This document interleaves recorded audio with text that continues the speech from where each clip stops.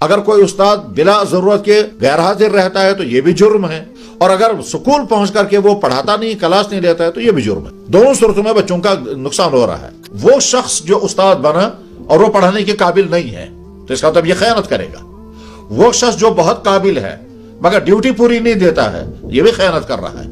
وہ شخص جو بہت قابل ہے اور ڈیوٹی بھی پوری دے رہا ہے مگر بچوں کی بگاڑ کی طرف اس کی نظر نہیں ہے، یہ بھی خیانت کر رہا ہے۔ استاد کی بڑی اہم ترین ذمہ داری یہ بھی ہے کہ وہ اپنا کیریکٹر اچھے سے اچھا رکھے۔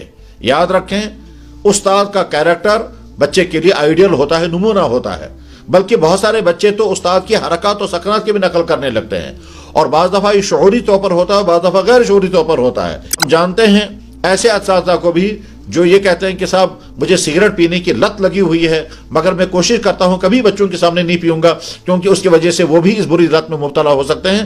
وہ یہ کہیں گے جب ہمارے ٹیچر پی رہے ہیں تو اس کا مطلب اس میں اندر کوئی خرابی نہیں ہے، میں کبھی بھی بچوں کے سامنے سگریٹ نہیں پیتا۔ اس لیے ایک استاد کو چاہیے نمبر 1 اپنے اندر اپنے سلیبس کی اور اپنے سبجیکٹ کی بہت زیادہ قابلیت پیدا کرے، بڑی محنت کے ساتھ اپنے طالب علم کو پڑھانا چاہیے جو بھی سبجیکٹ آپ کے ذمے ہو۔ اگر کوئی استاد سائنس پڑھانے والا ہے تو یقیناً وہ یہ کہہ سکتا ہے کہ میری ذمہ داری تو بس اپنا سبجیکٹ پڑھانا ہے، میری ذمہ داری ان بچوں کی اخلاقی تربیت نہیں ہے۔ لیکن بحیثیت مسلمان اور بحیثیت انسان ہمیں کوشش کرنی چاہیے کہ ہمارے سامنے جو بچے آ رہے ہیں جیسے تعلیمی اعتبار سے بھی یہ قابل بنے، اسی طرح سے اخلاقی اعتبار سے بھی یہ برائیوں کے شکار نہ ہو۔ یہ بھی ہمارا استاد ذمہ داری محسوس کرنا چاہیے۔ الرحمن الرحیم، الحمدللہ الذی ہدانا لدین اسلام والصلاة والسلام علی سیدنا محمد خیر الانام وعلی آلہ واصحابہ اعظام، اما بعد۔ قال النبی صلی اللہ علیہ وسلم انما بعثت معلما۔ جناب رسول اکرم صلی اللہ علیہ وسلم کے اوصافی اسماء مبارکہ میں سے ایک اہم ترین آپ کا نام مبارک معلم تھا۔ معلم کے معنی استاد، اور آپ نے خود اپنے بارے میں فرمایا انما بعثت معلما، مجھے معلم بنا کر کے بھیجا گیا ہے۔ اس حدیث مبارک کی روشنی میں آج کے عہد کے استاد کے متعلق کچھ گزارشات کرنی ہیں کہ استاد کا مقام کیا ہے، استاد کی ذمہ داریاں کیا ہیں، استاد کا کردار کیا ہونا چاہیے، اور استاد کو کن چیزوں سے پرہیز کرنا چاہیے، اور استاد اپنے کندھے پر اپنے اسٹوڈنٹس کے متعلق کیا ذمہ داریاں محسوس کرنا چاہیے۔ حضرات، سامعین میں سے جو بھی استاد ہوں اور جن تک یہ بات پہنچے، پہلی بات تو وہ یہ بات ذہن میں رکھیں کہ آپ کا درجہ بہت اونچا درجہ ہے۔ چاہے سماج میں آپ کو درجہ نہ دیا جائے مگر حقیقت کی دنیا میں آپ کا درجہ بہت اونچا ہے، کیونکہ آپ معمار نسل نو ہیں۔ والدین اپنے بچوں کو آپ کے حوالے کر دیں گے، اب آپ اس بچے کو کیا بنائیں گے اور کیسے پڑھائیں گے اور کیسے تیار کریں گے، یہ آپ کے ہاتھ میں ہے۔ دنیا میں جو بھی لوگ جس فیلڈ میں بھی اونچے مرتبوں تک پہنچتے ہیں، ظاہر ہے اونچے مرتبوں تک پہنچنے کے لیے ان کے اساتذہ ہی کی محنت ہوتی ہے۔ اگر کوئی سکالر بنا تو ظاہر ہے کسی استاد نے اس کو پڑھایا تبھی یہ سکالر بنا۔ اگر کوئی بڑا افسر بنا تو ظاہر ہے کسی استاد کے سامنے اس نے دو زانو طے کیے ہوں گے تبھی وہ بڑا افسر بن سکا۔ اگر کوئی قابل و ماہر ڈاکٹر بنا یا کوئی قابل قانون دان بنا، یعنی جس فیلڈ میں بھی کوئی انسان اونچے مقام پر پہنچتا ہے، اس مقام تک پہنچنے میں اس کے استاد کا خون جگر شامل ہوتا ہے، استاد کا پڑھانا اس میں شامل ہوتا ہے، تبھی تو وہ اس اونچے مقام تک پہنچا ہے۔ لہذا استاد کا درجہ بہت زیادہ اونچا درجہ ہے۔ یہ استاد سوچے کہ میرا بھی کوئی استاد تھا جس نے مجھے پڑھایا تبھی میں آگے چل کر استاد بنا ہوں۔ میرے استاد نے اگر مجھے محبتوں کے ساتھ، شفقتوں کے ساتھ اور فکر مندی کے ساتھ پڑھایا ہے تبھی میرے اندر کچھ صلاحیت پیدا ہوئی، تبھی میں اب لکھنے اور پڑھنے کے قابل بنا، اور تب بھی میں استاد کے منصب پر آج بیٹھنے کے قابل ہوا۔ تو استاد اپنے مقام کو پہچانے، اس کا مقام بہت زیادہ اونچا ہے۔ حقیقت یہ ہے کہ سماج میں جتنے شعبے کام کے ہیں ان شعبوں میں سب سے قیمتی، سب سے مؤثر اور سب سے زیادہ دور تک اثرات رکھنے والا ادارہ اگر ہے تو وہ تعلیمی ادارہ ہوتا ہے۔ یہ تعلیمی ادارہ جس تعلیم کا بھی ادارہ ہوگا، وہ تعلیمی ادارہ انسانوں پر سب سے دور رس اثرات ڈالنے والا ادارہ ہوتا ہے۔ ہسپتال بہت ضروری چیز ہے، مگر آدمی بیمار ہو گیا، ہسپتال میں چلا گیا، وہاں ڈاکٹر نے علاج کیا، انسان صحت یاب ہو گیا تو ڈاکٹر کا رول ختم ہو گیا۔ لیکن تعلیمی ادارہ وہ ادارہ ہے کہ جہاں طالب علم گیا، اس نے وہاں پڑھا، یہ جو پڑھا یہ زندگی بھر کا اس کے ساتھ ایک سرمایہ اس کو مل گیا، اور وہ زندگی بھر اس تعلیم سے جو بھی فائدہ اٹھائے گا اس کا بیج اسی استاد نے ڈالا ہوتا ہے۔ لہذا استاد کا مقام بہت زیادہ اونچا ہے، جتنا ہم سمجھتے ہیں اس سے زیادہ اونچا، اور اس کے اثرات بہت زیادہ ہماگیر اثرات ہوتے ہیں۔ اس لیے ایک استاد کو چاہیے نمبر 1 اپنے اندر اپنے سلیبس کی اور اپنے سبجیکٹ کی بہت زیادہ قابلیت پیدا کرے، بڑی محنت کے ساتھ اپنے طالب علم کو پڑھانا چاہیے جو بھی سبجیکٹ آپ کے ذمے ہو۔ دینی مدرسوں میں پڑھانے والا استاد دین کا جو بھی مضمون اس کے حوالے کیا جائے وہ اس کی زیادہ سے زیادہ اور بہتر سے بہتر تیاری کر کے پھر سبق پڑھائے۔ سکولوں میں پڑھانے والے ہمارے اساتذہ جس سبجیکٹ کو بھی پڑھا رہے ہوں، چاہے وہ سائنس پڑھائیں، چاہے وہ میتھ پڑھائیں، چاہے وہ ہسٹری پڑھائیں، چاہے جغرافی پڑھائیں، یا اور بھی کوئی مضمون پڑھائیں، لٹریچر کی کوئی چیز پڑھائیں، وہ کوشش کرنی چاہیے کہ اس مضمون کا میں پہلے خود اپنے آپ کو ماہر بناؤں گا، اور اس مہارت کے لیے اس کو خود اسٹڈی کرنی ہوگی، مطالعہ کرنا ہوگا، تیاریاں کرنی ہوں گی، مضمون سارا ذہن میں بٹھانا ہوگا، اور اچھی سے اچھی مثالیں ذہن میں جمع کرنی ہیں تاکہ بچوں کو وہ آپ سمجھا سکیں اور سکھا سکیں۔ اس کے بعد جب سکول آپ پہنچیں گے تو سکول پہنچنے کے بعد آپ کو سمجھنا ہے کہ سکول کا یہ سارا ٹائم بچوں کی امانت ہے۔ سکول کا سارا ٹائم بچوں کی امانت ہے، اس لیے اگر کوئی استاد بلا ضرورت کے غیر حاضر رہتا ہے تو یہ بھی جرم ہے، اور اگر سکول پہنچ کر کے وہ پڑھاتا نہیں، کلاس نہیں لیتا ہے تو یہ بھی جرم ہے۔ دونوں صورتوں میں بچوں کا نقصان ہو رہا ہے۔ اس لیے استاد کو چاہیے کہ وہ اپنی ذمہ داری محسوس کرے کہ وہ بلا ضرورت کے غیر حاضر نہ رہے۔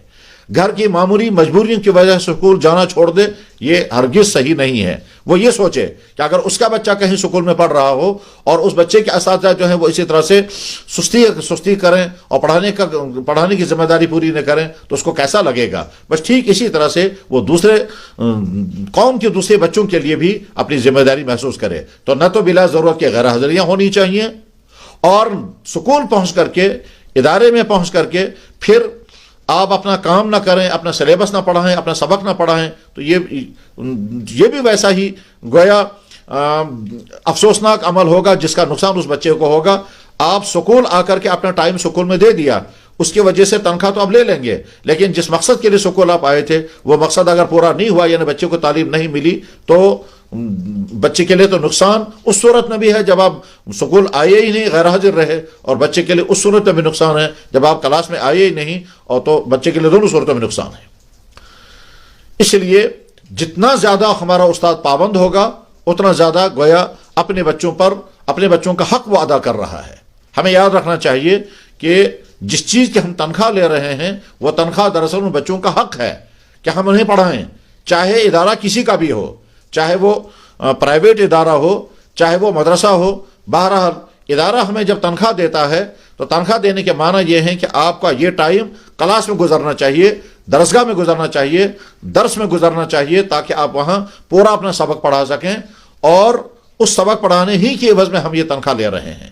پڑھانے والا چاہے قرآن و حدیث پڑھانے والا مدرسے میں ہو، پڑھانے والا چاہے عربی گرامر پڑھانے والا کسی مدرسے میں ہو، اور پڑھانے والا چاہے کسی سکول میں پڑھانے والا گرامر پڑھائے، سائنس پڑھائے، میتھ پڑھائے، ہسٹری پڑھائے، یا کوئی بھی سبجیکٹ پڑھائے، بہرحال پڑھانے والے کا جو ٹائم ہے وہ بچوں کی امانت کا ٹائم ہے، اور اسی ٹائم کی عوض میں اسے تنخواہ دی جا رہی ہے۔ استاد کی بڑی اہم ترین ذمہ داری یہ بھی ہے کہ وہ اپنا کیریکٹر اچھے سے اچھا رکھے۔ یاد رکھیں، استاد کا کیریکٹر بچے کے لیے آئیڈیل ہوتا ہے، نمونہ ہوتا ہے، بلکہ بہت سارے بچے تو استاد کی حرکات و سکنات کی بھی نقل کرنے لگتے ہیں، اور بعض دفعہ یہ شعوری طور پر ہوتا ہے، بعض دفعہ غیر شعوری طور پر ہوتا ہے۔ اس لیے استاد کو اخلاقی طور پر بہت بلند معیار کا ہونا چاہیے، اس کی نگاہ صاف ہونی چاہیے، اس کا رویہ صحیح ہونا چاہیے، اس کی زبان غلط باتیں نہیں بولنی چاہیے۔ وہ یہ سمجھنا چاہیے کہ بچوں کے سامنے میں رول ماڈل ہوں، بچوں کے سامنے ایک آئیڈیل میں ہی ہوں، میں ان کے سامنے نمونہ ہوں۔ بچے مجھے دیکھ کر کے آگے اپنی عادات و اطوار سنوار سکتے ہیں، اس لیے اپنی عادات و اطوار بہت اچھی بنانی چاہیے۔ ہم جانتے ہیں ایسے اساتذہ کو بھی جو یہ کہتے ہیں کہ صاحب مجھے سگریٹ پینے کی لت لگی ہوئی ہے، مگر میں کوشش کرتا ہوں کبھی بچوں کے سامنے نہیں پیوں گا، کیونکہ اس کی وجہ سے وہ بھی اس بری لت میں مبتلا ہو سکتے ہیں۔ وہ یہ کہیں گے جب ہمارے ٹیچر پی رہے ہیں تو اس کا مطلب اس میں اندر کوئی خرابی نہیں ہے، میں کبھی بھی بچوں کے سامنے سگریٹ نہیں پیتا۔ اولا تو سگریٹ نہیں پینی چاہیے تھی، لیکن اگر وہ پینے پہ مجبور ہے چونکہ وہ عادی ہو چکا ہے، لیکن یہ مزاج کے بچوں کے سامنے بری حرکت نہیں کروں گا، بہت قابل قدر مزاج ہے، تو استاد کو یہ فکر کرنا چاہیے کہ میں ایسی کوئی غلطی نہ کروں جس کے ذریعے سے بچے بھی اس غلطی کو آگے اپنانے میں کوئی حجاب کوئی ہچک محسوس نہ کریں۔ تیسری چیز جو استاد کی ذمہ داری وہ ہے آج کے بچوں کی اخلاقی تربیت۔ ہم سب جانتے ہیں کہ ہمارا سماج کس طرف جا رہا ہے، اور نوجوان نسل بچپن سے لے کر کے نوجوان نسل کن برائیوں کی طرف جا رہی ہے۔ ایک تو لڑکوں اور لڑکیوں کا آپس میں اختلاط ہے، سیل فون کے ذریعے سے جو آنے والی خرابیاں ہیں وہ بھی ہم سب کے سامنے ہیں۔ بچے جو ہیں وہ ڈرگس کا شکار ہوتے جا رہے ہیں، اس میں لڑکے بھی ہوں لڑکیاں بھی ہیں۔ اس پورے سیلاب کو اگر روکنا ممکن ہے تو وہ جیسے گھروں والدین کی ذمہ داری ہے ویسے اساتذہ کی بھی ذمہ داری ہے۔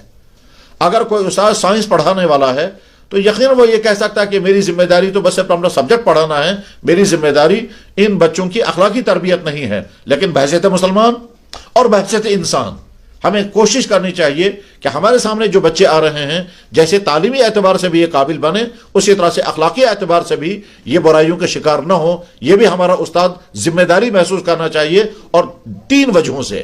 وجہ نمبر 1، ہم مسلمان ہیں، اور مسلمان کا مزاج یہ ہونا چاہیے کہ ہمارے ذریعے سے ہم سے جڑنے والا کوئی شخص خرابیوں کا شکار نہ ہو۔ تو بحیثیت مسلمان، بحیثیت صاحب ایمان، بحیثیت بااخلاق انسان، اور بحیثیت ایک مؤثر شخص، کیونکہ آپ کی بات کا اثر طالب علم پر بہت زیادہ ہوگا۔ استاد کو سمجھنا چاہیے والدین کا اثر بچوں پر اتنا زیادہ نہیں ہوتا جتنا استاد کا اثر ہوتا ہے، لہٰذا ان بچوں کی اخلاقی تربیت کی بھی فکر کرنی چاہیے۔